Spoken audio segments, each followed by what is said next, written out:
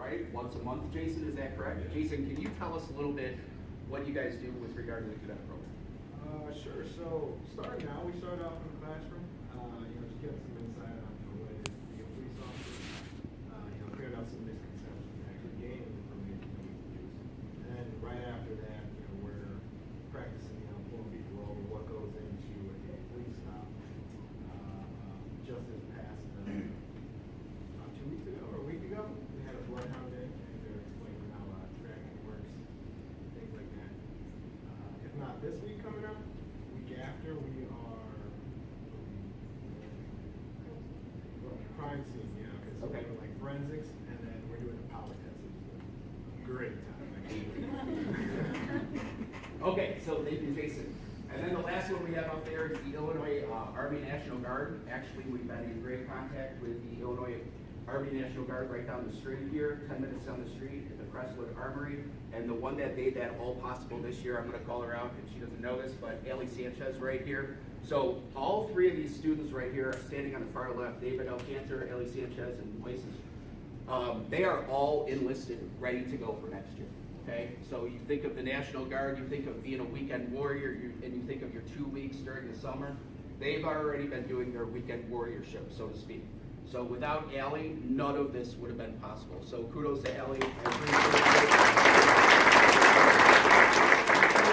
She came to me in the fall and she's like, hey, I've got Sergeant Henderson and Sergeant Contreras that I've been in contact with, and they would like to come in and talk to the kids about being an MP, different career opportunities within the military. And in fact, I'll show you a few pictures coming up here because we actually did our first field trip to the National Guard Armory yesterday.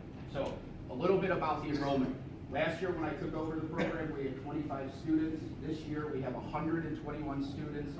And then next year, we're looking at approximately 162 students. So through word of mouth and through everything that we're doing on the right here, we're headed in the right direction.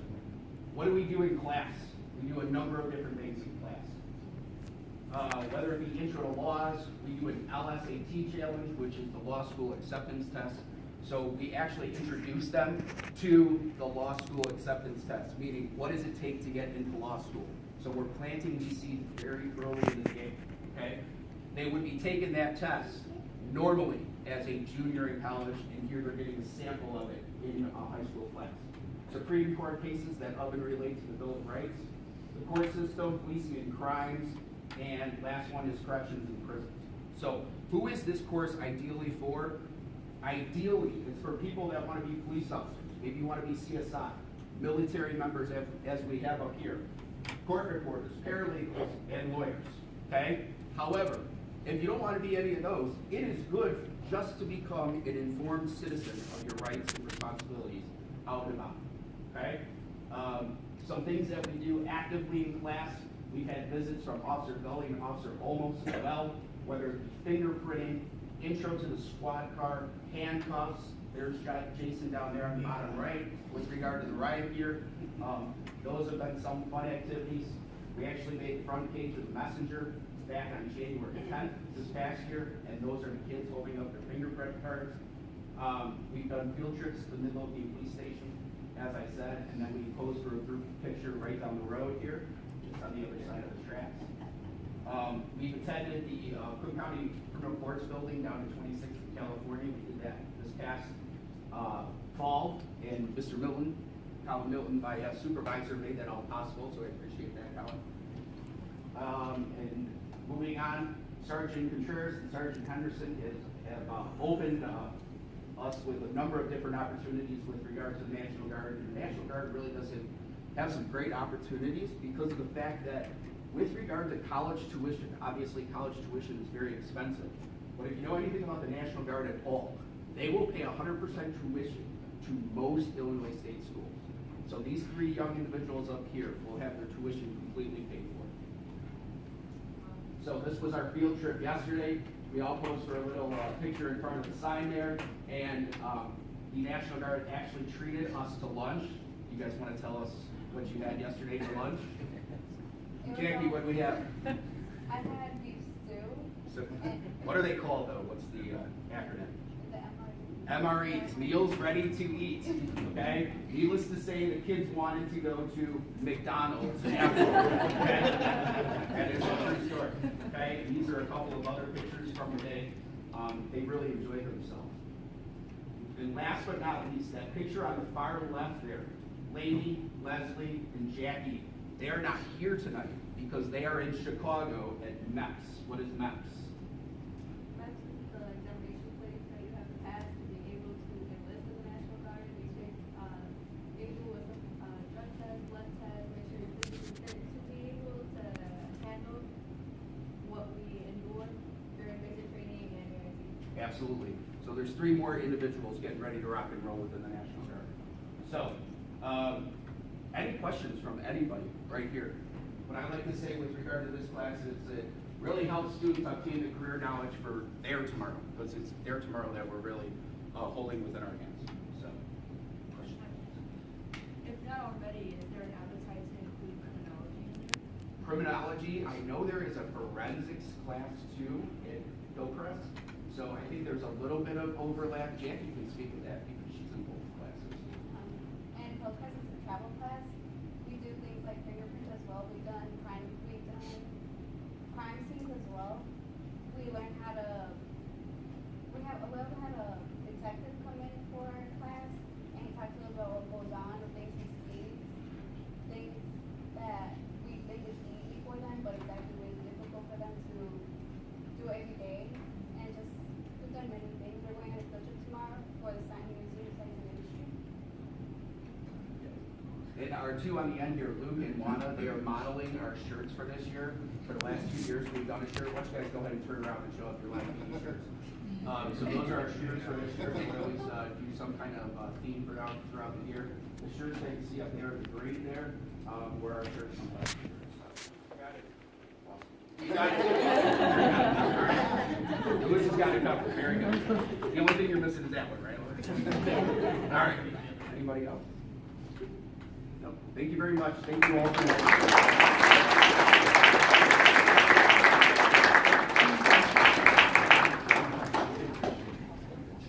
That's good.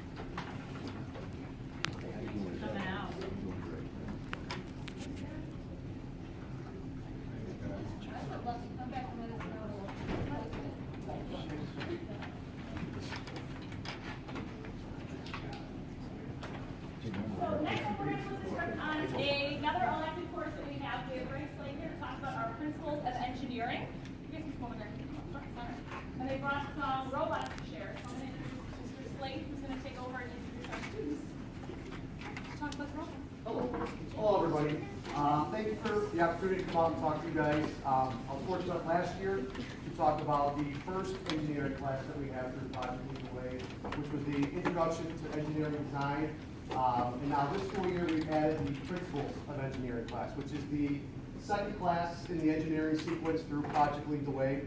And this class is a very heavy math and physics focus. So the students are really reinforcing a lot of what they're learning in their other classes. So many of these guys have told me during class, oh, we talked about that in physics, or we talked about that in geometry. So what they're learning in those classes, now they're actually taking and applying when they're building the robotics or building different levers and mechanisms in class.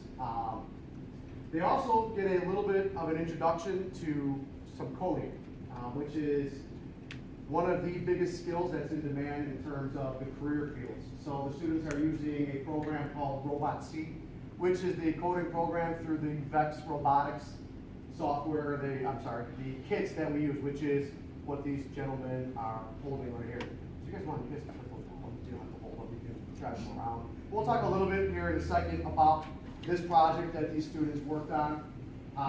And also, one of the things that they are reinforcing in this class as well is the 3D modeling. And so last year in the engineering design class, the students learned how to create and build parts using 3D modeling software, Autodesk Inventor. And one of those that skill is still being used in this class as well. I'm actually going to have them go talk about it because they actually had to use it and use the new 3D printer that we have in our building to actually solve one of the issues they were having with their robot. So it was pretty cool and pretty creative on their part.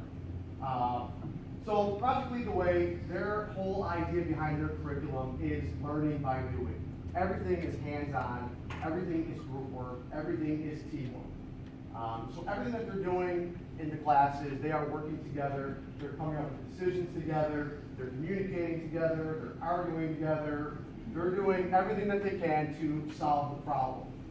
And what's so valuable about that is a firm called Class House recently did a whole survey about the most important skills that are out there in the job market. And the top 4 are right there on the board: communication, problem solving, collaboration, creative, and critical thinking.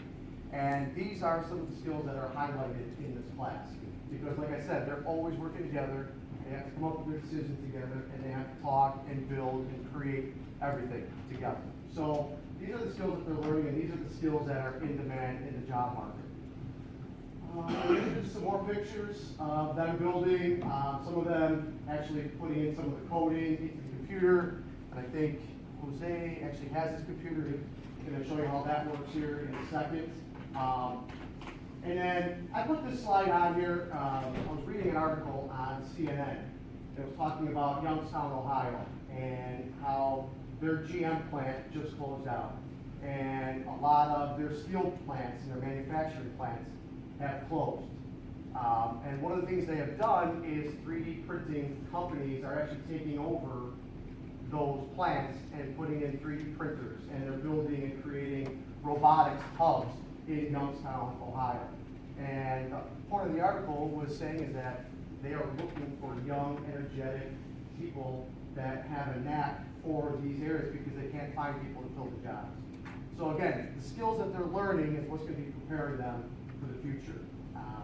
I put one quote on here, and they're going to hit on this, is failure is the key to success. Each mistake teaches us something. One of the things that they're going to learn in engineering is you're going to fail, and it's okay. When we're going to talk about the claw bot, and Jake, if you want to kind of bring that out. This was the original product that the students were to make. They were given a package from Vex Robotics, and it was step-by-step how to build it. And they built it, and then they programmed it, taught it what to do. And when they were done with it, the assignment next was, all right, now engineer it and make it better. And I want you guys to figure out what you don't like about this and make it better. And so there, we're tasked with that. And I think going into it, a lot of them thought this was going to be a lot easier than what it really was. And getting back to the failure is a lot of things they tried didn't work. And it was just constant communication, working together, and trying to solve the problems that they had. So I'm going to introduce, we have Angel Suarez, who's a senior, Jose Flores is a junior, Dylan Glusnick is a sophomore, Jake Handing is a junior, and Krish Patel is a sophomore. So these are 5 of the students that I have in the engineering program. They were with me in the introduction to engineering last year and continued on this year. So I'm going to let them kind of explain their project and what they did to, make it the Clawbot 2.0, as they want to call them. So if you guys want to go ahead, you guys can have front and center, go ahead and talk and tell them what you did.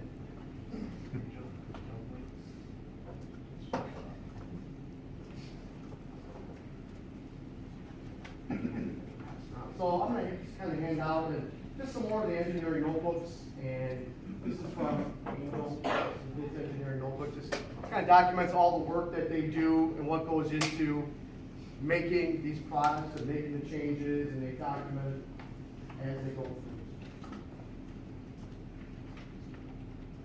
So, well, basically, we're given a problem, and then we just we're just given the materials that we don't have a list of materials most of the time. We're just given, we have to accomplish this, so do it. So, we take the materials we brainstorm, how can we do this? So, we think of an idea, and then all of us are separate, think of an idea, write it there, draw it, everything, and then at the end, we come together and say, oh, I like what you've done, I like this, I like that, we put it all together. And then and that's what we would do. We would start building, but then we would see oh, this is oh, we can put a gear here, motor here, and it works, but it's not doing it. It probably just falls down there. So then we had to go back and see why didn't this work. We had to problem solve and see, okay, maybe if we stick another support here, we can heat this up and then the motor should start spinning. So then, but then we're gonna counter another problem, say, like, oh, now that it's jammed for some reason, why won't it spin? And then we would see if that the gears would try to spin against each other. So, okay, now we have to separate them, they put a gear in the middle, so then they both spin in the same direction. So, then we got that working, and then, well, I think it's mostly just problem after problem after problem, until you get the end result. So, which at the end is this.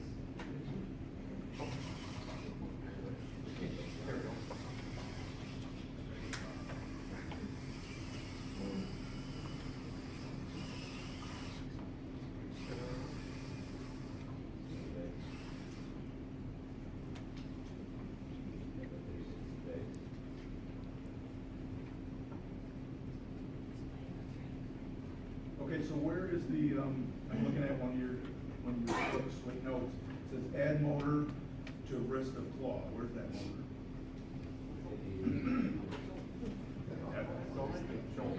You're proud of what you did. We added a motor right here to the claw, so Okay. that it could spin around.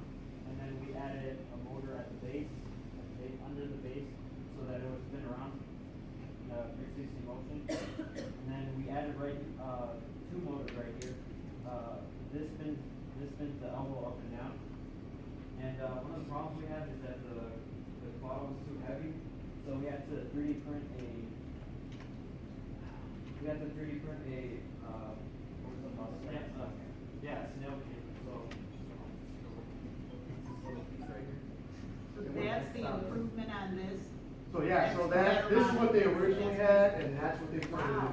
into. Wow. Started out with this, and that is basically all the idea. Wow. So what and he was, so the 3D printed part that he's talking about, they came to me, and they were like, we have an idea, do you think we can 3D print something? And I said, sure, have at it. So they went and they built the design, measured, created a cam, sent the file, and then I printed it on the 3D printer that we have in class, and they put it in, and it helped support the weight because it was too heavy. So is that why this one's right down? This one, yeah, so this was just the basic project. They kind of teach you how to build, they teach you how to program. And these guys whizzed through it, so it was like, all right, let's do something different, let's make it more advanced.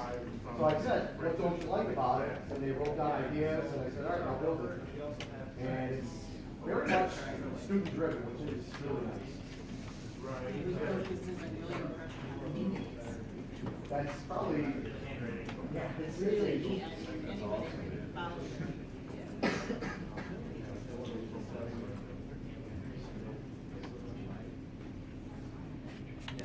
It's come a long way since your record High tech, right? And what's nice now is these, break. All four buildings now have 3D printers. So the students that are in engineering are learning how to 3D model, and anything that they create, as long as it falls within a certain size, you can actually print out and see what they designed and made actually now see come to life. So these guys, they did this all on their own. They measured it, created it on their own, sent it to me because I had to send it to the printer, and created it, and it a big support for them. So. How long did it take you to get to 2.0? I think it took us about a lot of months. About a month, yeah. Yeah, so, and for that, you did a lot of the programming, right? Kind of talk a little bit about the programming, kind of what you're doing. Yeah, most programming is mostly just basic logic, like if you press this button, make the motor move up. You just have to word it and how the computer wants you to word it. So there's specific words like channel 3.2 or whatever, it's just the name for a button. So if you say press this button and make motor 2, which is the wrist or the arm, elbow, whatever. And then you just keep doing that, so then you have a full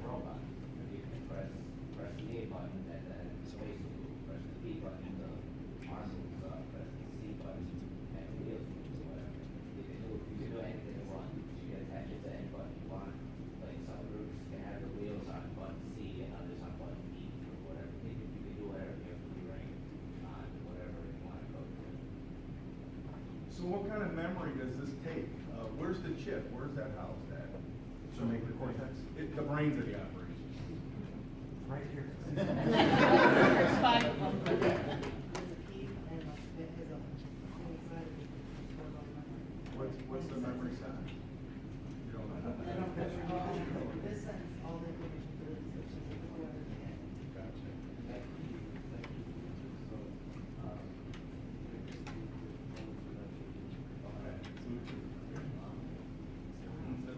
Who's gonna own this? Where's that?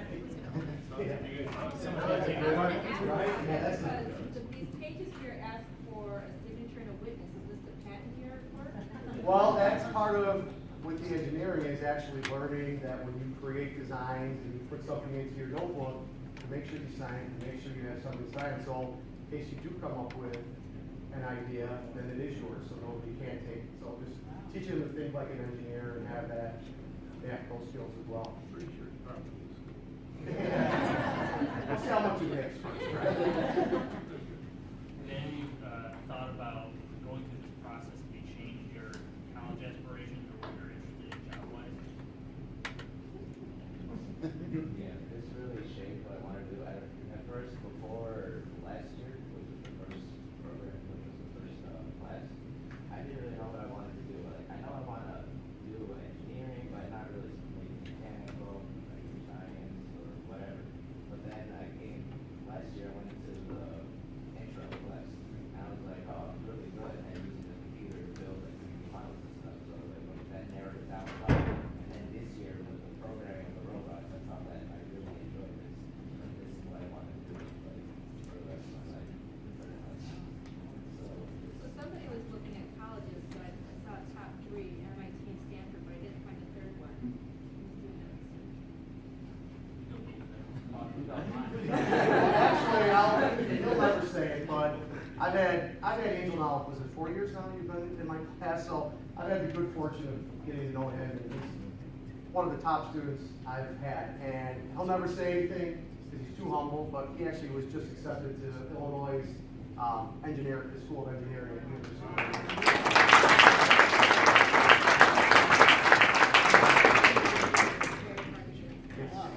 I told him he's not gonna have fun for the next 4 years, but when he's done, he'll have, choice of jobs wherever he wants to go, so, Really good leg up on it. yeah. Wow. Do they use the bills to deliver packages now? Infusing bond? That's actually my brother-in-law was in the military for 6 years, and part of what he did was he drove the, the robots to get finding IEDs and defuse them and that, so, yeah, it's real life, I mean, this is what people are really using right now. Well, Mr. Slade, thank you very much for Thank you what very you much. do. Your passion really shows through, shines through with these kids, and you guys, we're really proud of you. Thank you.